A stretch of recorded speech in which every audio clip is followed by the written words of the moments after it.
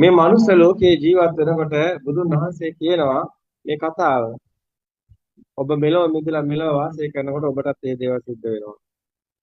ඔබ ඒවට කිපෙන්න යන්න එපා. සතුටින් බාර ගන්න. මොනවද? දුක. ඔබ මේ සත්‍ය අවබෝධ නම් ඔබේ දරුවෙක් ගොඩක් දුක්ඛත් නම් ඒ දුක්ඛත් දරුවා ගාව ඉන්න. ඇයි ඒ? ඔබ කැමැත්තෙන් දුක් විඳින්න. ඇයි ඒ? ඔබ උතන නැත්නම් ඇයි ඔබට ඒක බැරි? අපෙන් ගොඩක් අය අහන්නේ සැප විඳින හැටි. ඒ දුක් විඳින හැටි දන්නේ නැහැ. ඒත් ඔබ දුක් විඳින හැටි දන්නවා නම් ඔබ සැප විඳින හැටිත් දන්නවා. ඇයි ඒ? ඉතින් දුක හොඳයිනේ සැපට වැඩිය. අපි දුක් විඳිනවා. ඇයි ඒ? ඒක තුළ සතුටක් තියෙනවා. ඔබට නොතේරෙන දේ අපි කොහොම කියන්නද? අසරණ මිනිස්සෙක් පිහිට වෙනකොට ඒ මිනිස්යාට දැනෙන දේ ඔබට දැනෙන්නේ. සාමාන්‍ය මිනිස්සෙකගේ දුක බෙදා ගන්න ඔබට හැකියාව දෙන්න ඕනේ. ඔබ කැමැත්තෙන් දුක් විඳින්න ඕනේ. ඔබට මේක නම් තේරෙන්නේම නැහැ. දැන් අපි ඇත්තටම මේ කටයුත්තට බැහැලා ඉන්නේ ඔබ වෙනුවෙන්. අපිට මේකෙන් කිසි දෙයක් අදාළ නැහැ. අපිට කැලේ හිටියත් එකයි, හුස්ම ටික ගියත් එකයි, තිබ්බත් එකයි. දැන් ඔබට මේක පෙන්නලා දෙන්න අපි දැන් මේ නේද? පුදුමාකාර කතාවක් මේක කවුරු පිළිගන්නේ නැහැ. නමුත් දවල් රෑ දිවා රෑ නැතුව කටයුතු කරනවා. දැන් මේකේ මොන හරයක් ලැබෙනවා? අනේ එපා. ඕනේ නැහැ. අපිට නිදහසේ පාඩු වෙන තිබ්බනම් ඒකම ඇති. ඒ තමයි අකම්පිත ස්වභාවයට දැනෙන කතාව.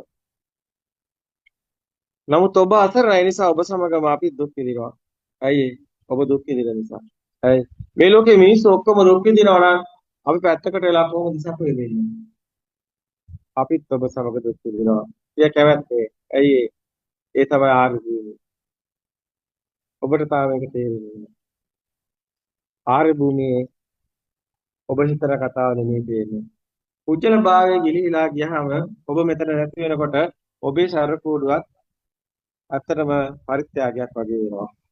ඒක ඔබට තේරෙන්නේ. ප්‍රභා දහමට නොවනව. සමහරවිට මේ අම්මලා නොදැනීම මේ දේ කරනවා. දරුවෝ මේ සමහරව දාන්න නැතුව. ඒක හිතුවත් නැතත් පරිත්‍යාගයක් වෙනවා. හැබැයි අර මම කියලා අරගෙන ආර්ට් එකක් හදාගෙන ඒ ආර්ට් එක මේන්ටේන් කරනකොට ඒක දුකක් වෙනවා. හැබැයි මේ සත්‍ය දැක්කොත් එහෙම අම්මලාට සැපක් දරුවෝ වෙනුවෙන් කටයුතු. ඒ සැප අම්මාට දැනෙන්නේ කාර්යයක් විතරයි. නැත්නම් අම්මලාට දැනෙන්නේ දුකක්මයි. මේ දරුවෝ වෙනුවෙන් නැහිනවා කියලා අම්මලා කියයි. නෑ අම්මා නැහිනවා නෙමෙයි. අම්මා මේ සත්‍ය දැකලා දරුවෙක් කියලා බලන්නේ. අම්මට දැනෙන්නේ සැප. ඒ තමයි සැප. අහෝසුකම් වගේ. අපි පැවිදි වෙලා අපි පැවිදි භූමිකාව ඇතුලේ එහෙමනම් මේ මිනිස් වෙනුවෙන් අපේ සාර පොදු දිය කළා පාකල යවන වගේ දෙයක් මෙතන වෙනවා.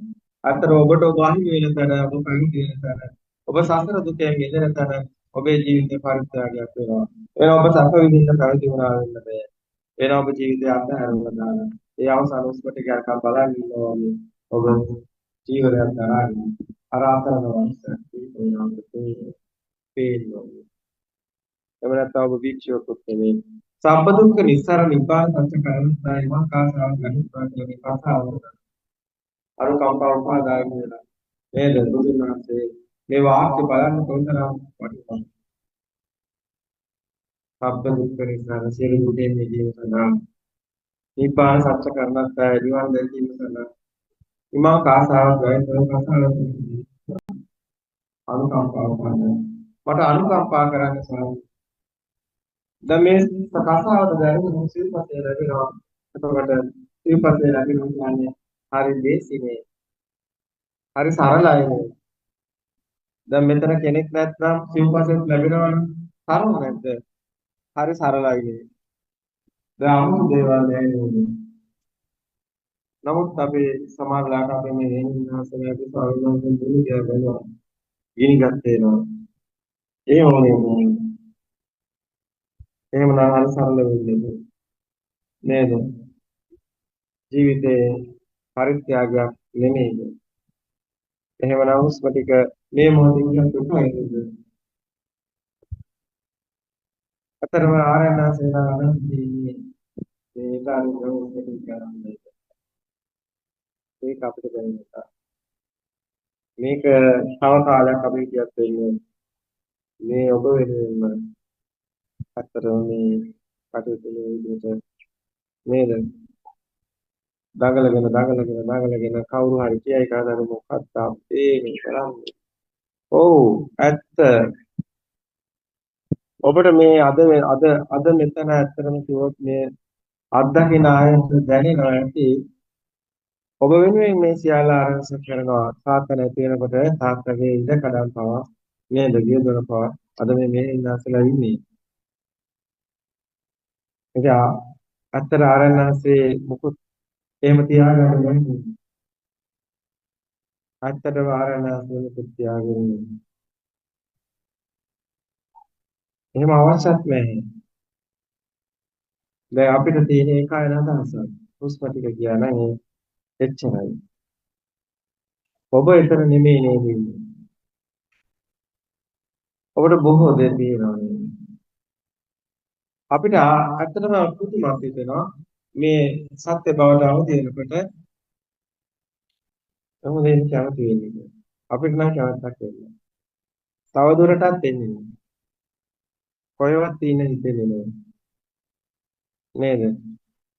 සරල බව, නිදහස් බව, සැහැල්ලු, දැනසීම ලෝකයේ උතුම්ම ධනය. ඔබ මේ සත්‍ය අවදි වෙනකොට ඔබ එදිනෙදා ජීවත් වෙනකොට ඔබ දක්ෂ වෙන්නේ. ඔබේ අභ්‍යන්තරයේ පරිවර්තනයක් සිදු වෙනවා. දැන් ආර්යනස ගොඩාක් දේවල් කරනවා. නේද? ගොඩාක් දේවල් සිද්ධ වෙනවා.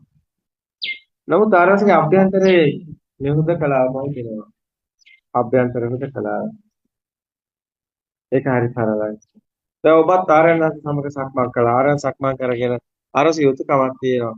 නේද? මේ සක්මන් කරන එක ලෝකයට දායාද කළ දෙන්න. ඒ වෙනුවෙන් විතරයි ආයුෂ පොඩ්ඩක් හරි අදහස් කළේ. මේක හරියට වීඩියෝ කරලා ළමයිනේ.